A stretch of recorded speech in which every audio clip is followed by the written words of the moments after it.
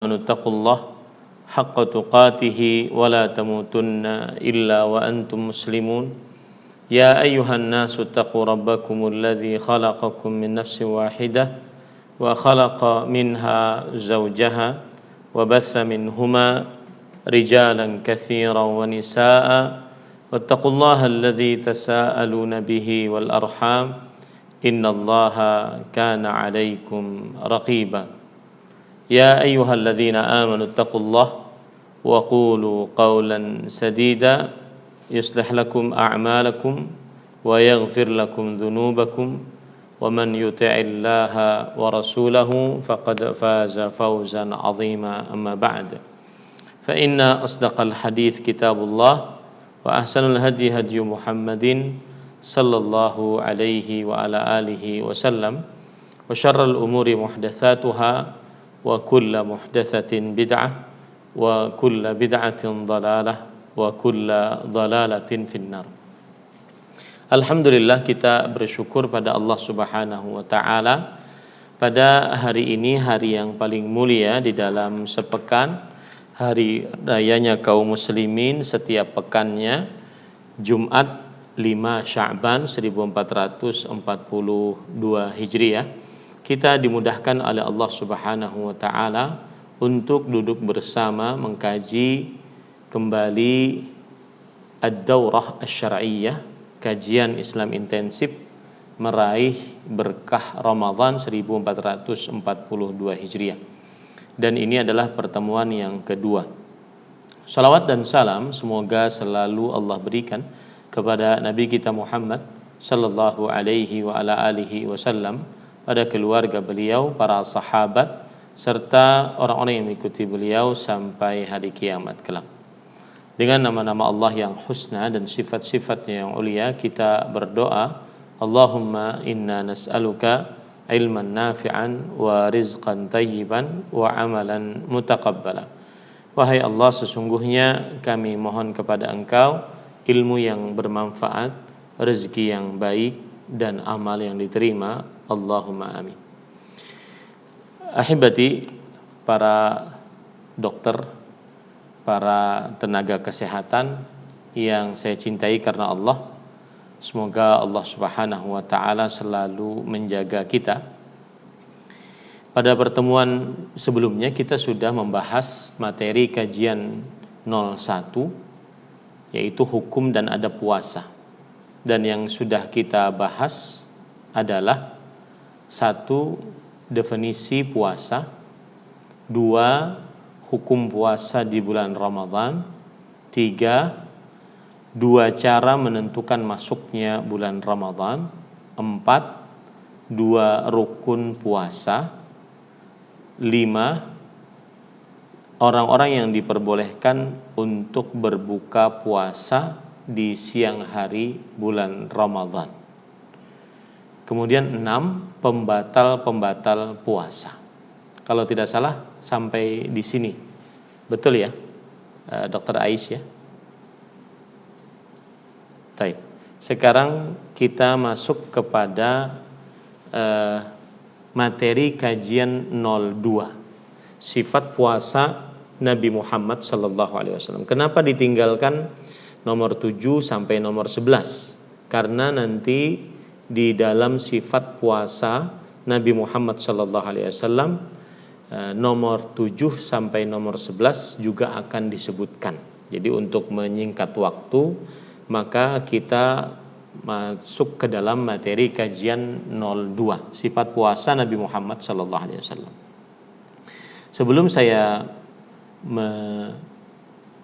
kita mempelajari sifat puasa Nabi Muhammad sallallahu alaihi wasallam, maka kita harus meyakini baik-baik bahwa puasa adalah ibadah, dan salah satu konsekuensi dari orang yang bersyahadat asyhadu an la ilaha illallah wa asyhadu anna muhammadar rasulullah adalah asyhadu an la ilaha illallah alla yu'bada illallah, yang artinya tidak boleh diibadahi kecuali Allah.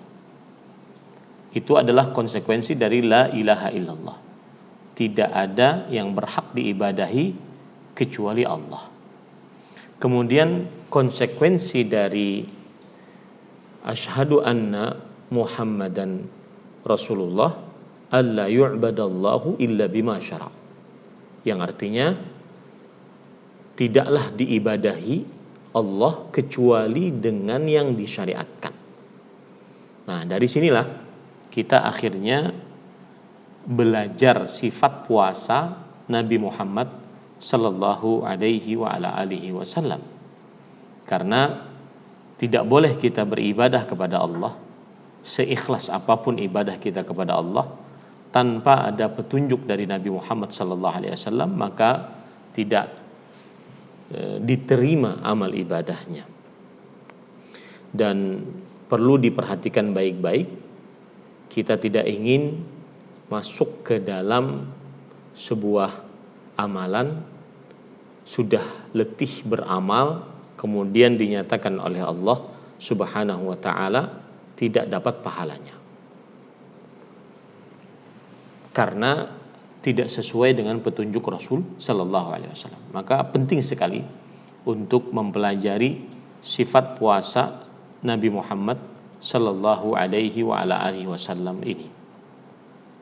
Baik. Sekarang kita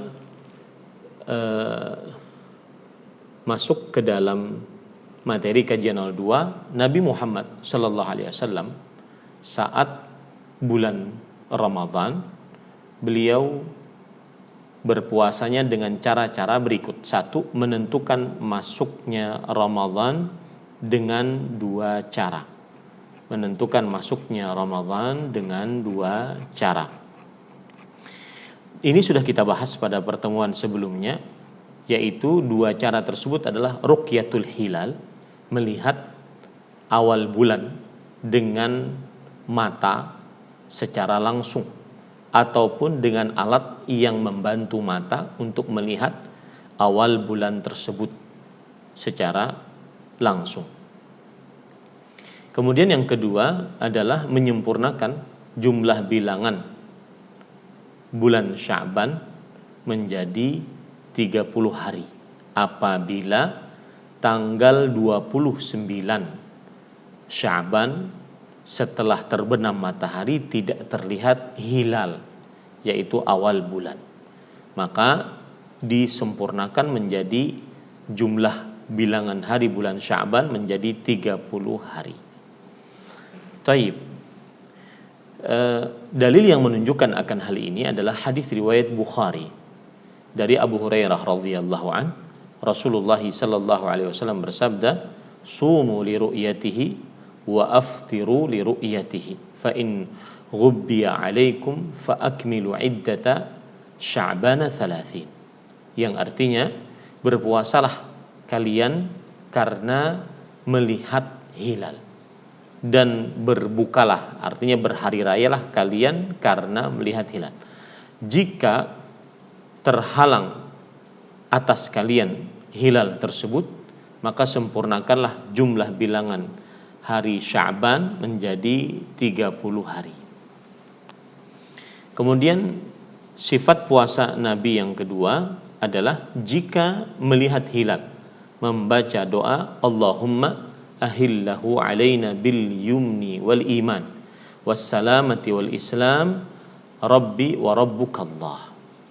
Artinya, wahai Allah Tuhanku, masukkanlah kami ke dalam bulannya dengan kesehatan, keimanan, keselamatan, dan keislaman.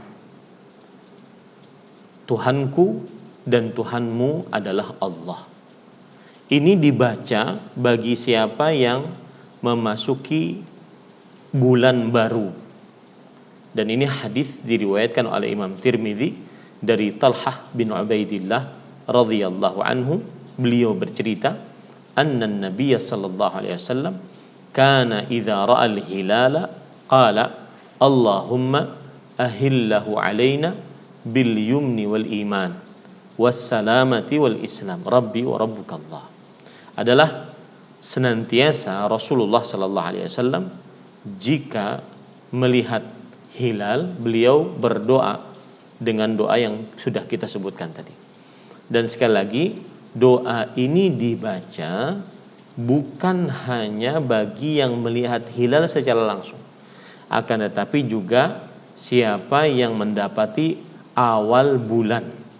Siapa yang mendapati awal bulan, maka silahkan dia membaca doa ini. Kemudian sifat puasa Nabi yang ketiga adalah jika masuk bulan Ramadan, maka Nabi Muhammad sallallahu alaihi wasallam memberikan kabar gembira kepada para sahabatnya radhiyallahu anhum. Artinya bergembira dengan masuknya bulan Ramadan dengan cara menyebarkan kabar datangnya bulan Ramadan kepada kaum muslimin yang waktu itu adalah para sahabat Nabi radhiyallahu anhu. Maka di zaman kita sekarang ini sangat mudah untuk menyebarkan informasi dengan media sosial. Maka termasuk sunnah Rasulullah sallallahu alaihi wasallam bergembira dengan datangnya bulan Ramadan. Maka boleh kita buat marhaban Ramadan mubarak atau selamat datang Ramadan, bulan penuh berkah 1442 Hijriah. Selamat menunaikan ibadah puasa. Ini adalah kebiasaan yang sesuai dengan sunnah Rasul sallallahu alaihi wasallam. Dalil yang menunjukkan akan hal ini adalah hadis riwayat Imam Ahmad, Imam An-Nasa'i dari Abu Hurairah radhiyallahu anhu bahwa Rasulullah sallallahu alaihi wasallam bersabda, "Atakum Ramadan syahrun mubarak, faradallahu azza wa jalla alaikum siyamah, tuftahu fihi abwabus sama wa tughlaqu fihi abwabul jahim wa tughallu fihi maradatus syayatin. Lillahi fihi lailatun khairun min alfi syahr, man hurima khairaha faqad hurim." Yang artinya Rasulullah sallallahu alaihi wasallam bersabda, telah datang kepada kalian Ramadan, bulan yang mubarak.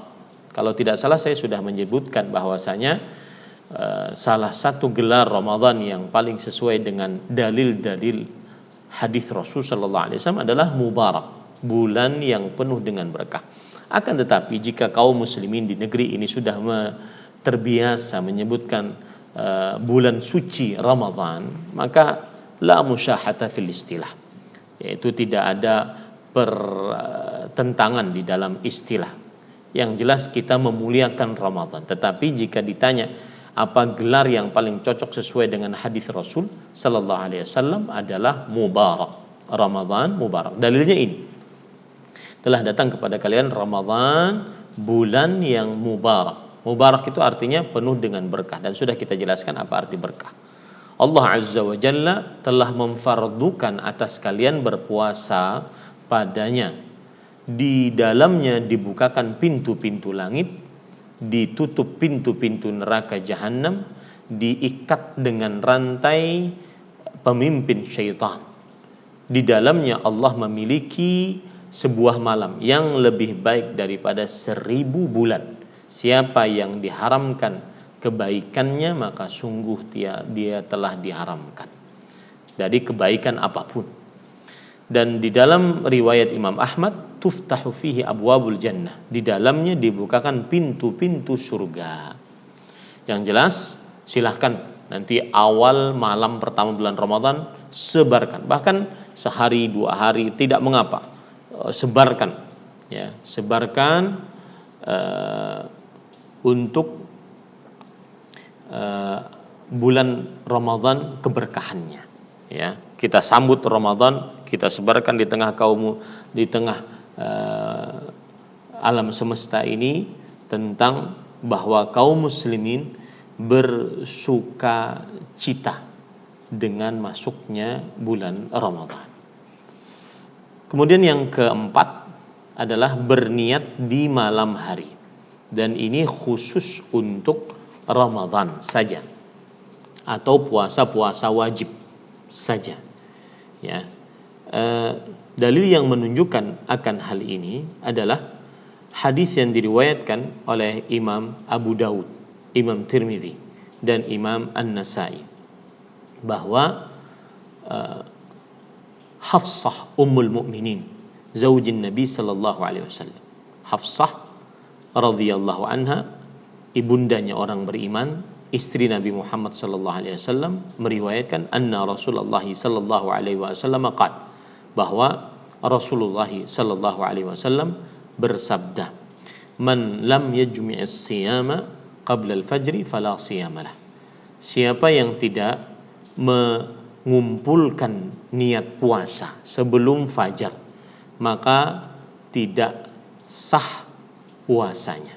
Sebelum fajar maka tidak sah puasanya.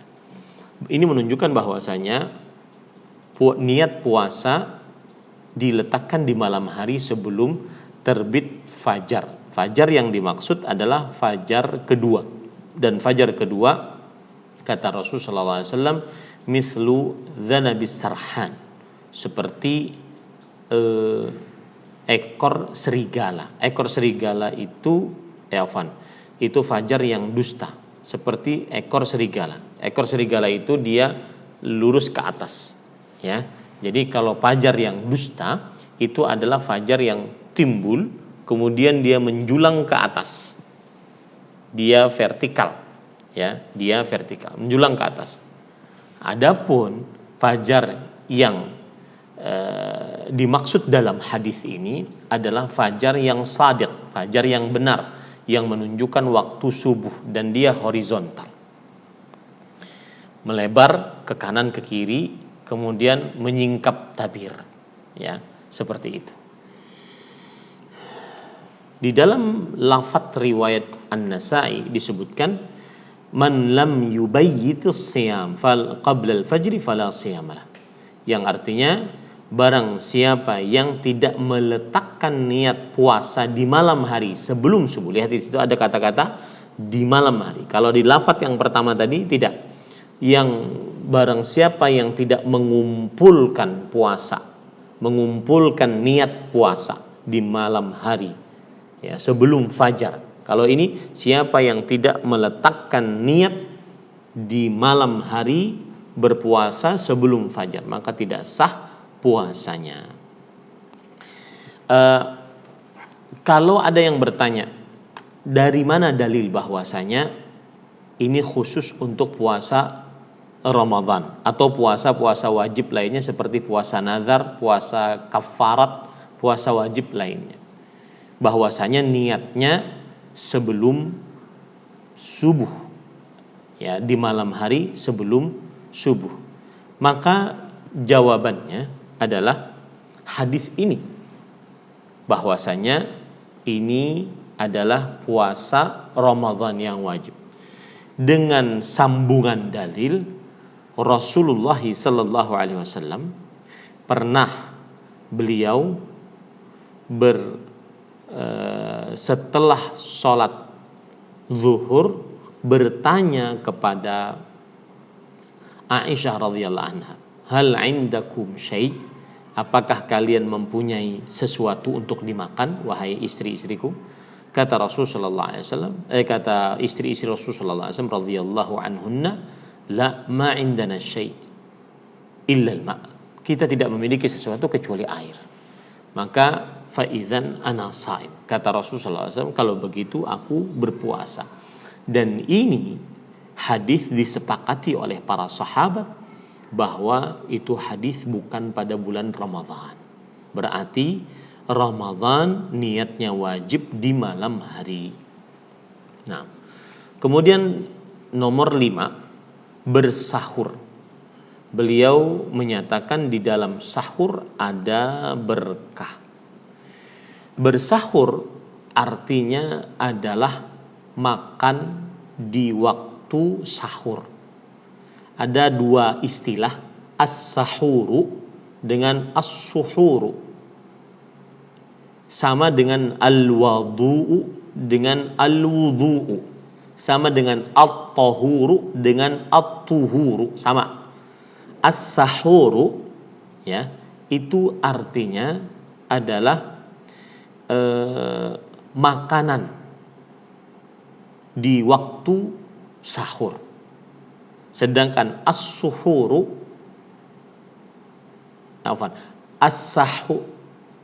as-sahuru itu adalah perbuatan makan di waktu sahur. Sedangkan as-suhur itu adalah makanannya. As-suhur itu adalah makanannya. Nah, waktu bersahur atau sebelum waktu kita berbicara hukum dulu deh, ya. Hukum sahur. Para ulama bersepakat bahwa kalau bahkan mungkin bisa dikatakan kalau tidak mau dikatakan bersepakat, jumhur ulama, kebanyakan para ulama berpendapat bahwa hukum sahur sunnah muakkadah, laisa wajib. Hukum sahur adalah disunnahkan, bukan wajib. Imam Bukhari rahimahullahu taala mengatakan babu barakatis sahur min ghairi ijab. Bab berkahnya makan sahur tanpa kewajiban. Di anna Nabi sallallahu alaihi wasallam wa ashabahu wasalu wa lam yudhkarus sahur. Artinya, karena kenapa tidak wajib?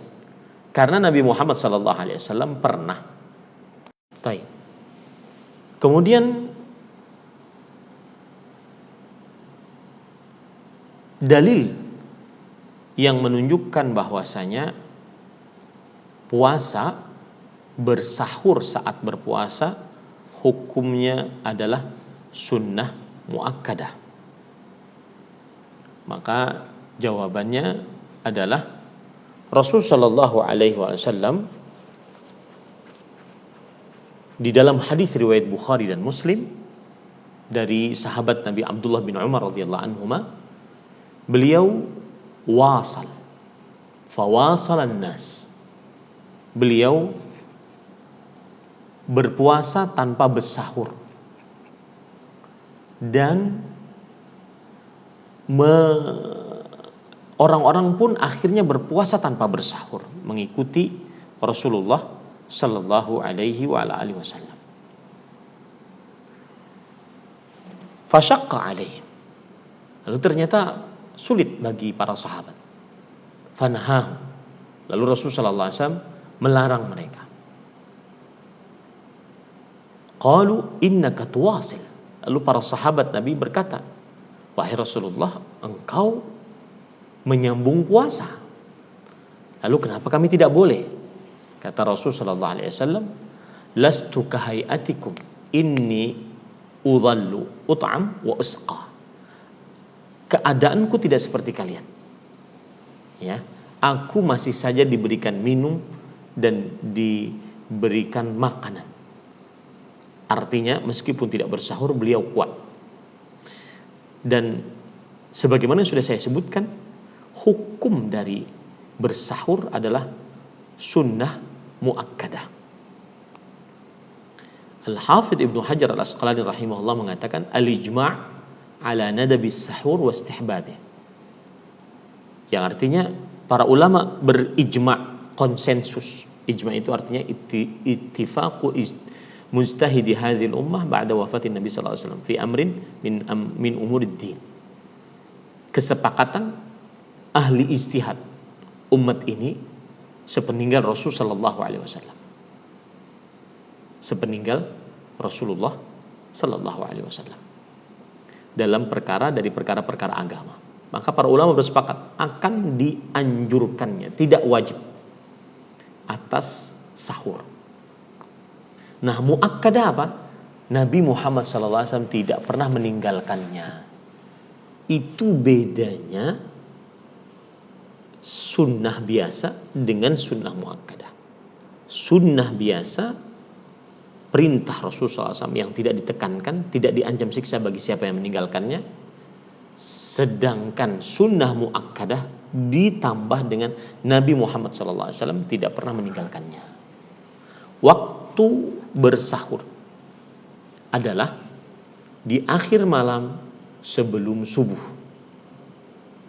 Sahur ada yang mengatakan di sepertiga malam terakhir sampai terbit fajar kedua. Sepertiga malam terakhir. Anggap sekarang kalau saya boleh lihat di kota Jakarta waktu Indonesia Barat sholat maghrib jam 6:07, jam 18:07. Oke. Kemudian sholat subuhnya jam 4:442. Anggap sekarang maghribnya jam 18, kemudian anggap subuhnya jam 5. Seperti itu ya. Sekarang kita hitung bagaimana cara menghitung sepertiga malam terakhir. 18 berarti 19, 20, 21, 22, 23, 24, jam 12 malam. Kemudian 1, 2, 3, 4, 5, 11 jam antara maghrib dengan subuh. 11 jam ini dibagi 3.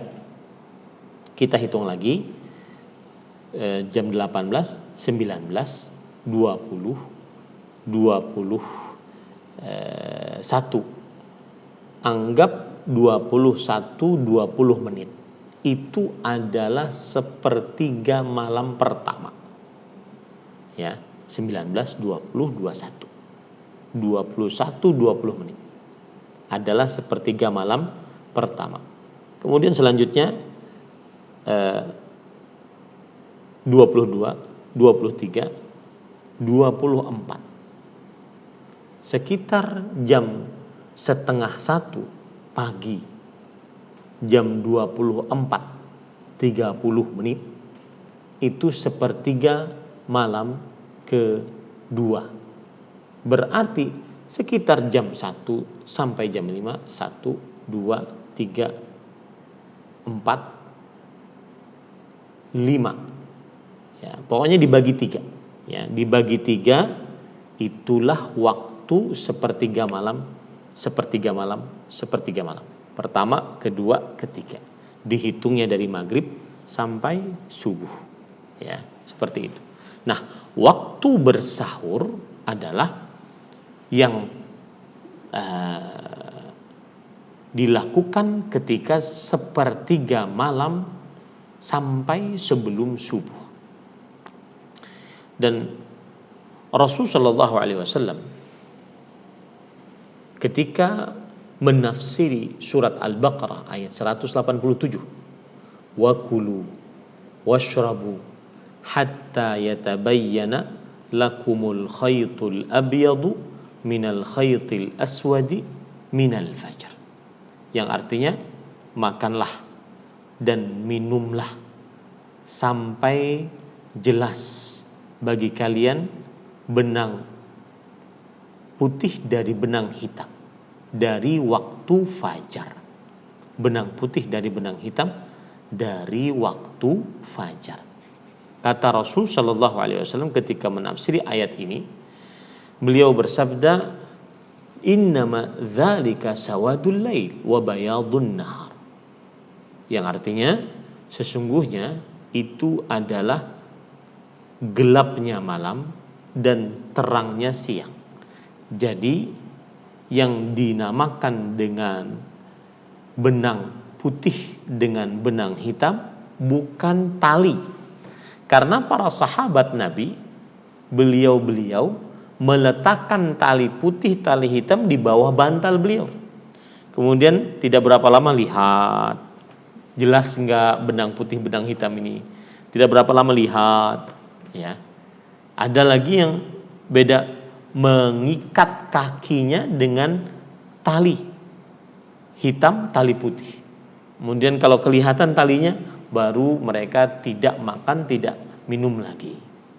Maka kata Rasulullah SAW, innama dzalika sawadul lail wa bayadun nahar. Sesungguhnya yang dimaksud benang atau tali putih dengan tali hitam adalah hitamnya malam dan putihnya siang. Nah, ini menunjukkan para ikhwah bahwa waktu bersahur dimulai dari sepertiga malam terakhir sampai azan subuh atau terbit fajar kedua, ya. Terbit fajar kedua. Baik. Kemudian tadi disebutkan bahwa makan sahur, beliau menyatakan di dalam sahur ada berkah. Apa berkah sahur? Yang pertama, berkah sahur adalah mengikuti sunnah Rasul Sallallahu Alaihi Wasallam, bahwa beliau bersahur. Dan siapa yang mengikuti sunnah Rasul Sallallahu Alaihi Wasallam, maka tentunya dia akan mendapatkan kebahagiaan. Yang kedua adalah berkah sahur membedakan antara puasa umat Islam dengan puasa ahlul kitab. Sebagaimana hadis riwayat Muslim dari Amr bin As radhiyallahu anhu, bahwa Rasul sallallahu alaihi wasallam bersabda, "Faslu ma baina siyamina wa siyami ahlil kitab akalatus sahar." Perbedaan antara puasa kita orang Islam dengan puasa ahlul kitab adalah makan sahur. Keberkahan yang ketiga yaitu orang yang bersahur berarti dia telah dipuji oleh Allah di hadapan para malaikat dan didoakan oleh para malaikat mendapatkan keberkahan. Sebagaimana hadis dari Abu Sa'id Al-Khudri radhiyallahu anhu, "Al-sahuru akluhu barakah, fala tada'u." Makan sahur adalah berkah, maka janganlah kamu tinggalkan makan sahur. Walau an yuji'a ahadukum jur'atan min ma, walaupun hanya seteguk air. Fa innallaha 'azza wa jalla wa malaikatahu yusalluna 'alal mutasahhin. Nah, sesungguhnya Allah Subhanahu wa taala dan para malaikatnya bersolawat atas orang-orang yang bersahur. Maksud solawat Allah atas seorang hamba adalah Allah memuji hamba tersebut di hadapan para malaikat. Maksud solawat para malaikat atas seorang hamba adalah para malaikat mendoakan agar hamba tersebut mendapatkan berkah, ampunan, dan rahmat. Nah, kemudian keberkahan sahur yang lain adalah saat bersahur berarti seseorang tidak akan tertinggal sholat subuh. Yang selanjutnya, keberkahan sahur yang lain adalah saat bersahur seseorang bisa berdoa kepada Allah Subhanahu wa ta'ala di waktu-waktu mustajab. Sebagaimana hadis riwayat Bukhari, "Yanzilu Rabbuna tabaraka wa ta'ala hina yabqa thuluthul lailil akhir." Yang artinya turun Rabb kita ke langit dunia ketika sepertiga malam terakhir. Fayaqul, lalu Allah berfirman, "Man yad'uni fa astajibulah." Siapa yang berdoa kepadaku, niscaya aku kabulkan doanya. "Man yastaghfiruni fa aghfirullah." Siapa yang memohon ampunan, aku akan ampuni. "Man yas'aluni fa u'tiyah." Siapa yang meminta kepadaku, maka aku akan berikan kepadanya. Ini termasuk daripada berkahnya bersahur.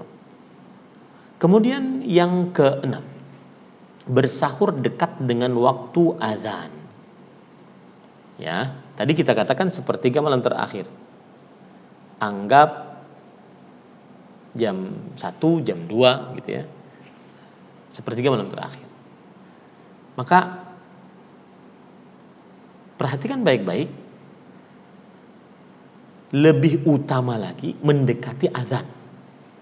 Hal ini berdasarkan hadis riwayat Imam Bukhari dan Muslim dari sahabat Nabi Anas bin Malik radhiyallahu anhu, anna Zaid bin Thabit radhiyallahu anhu haddatha annahum tasahharu ma'an Nabi sallallahu alaihi wa ala alihi wasallam thumma qamu ila as-salah.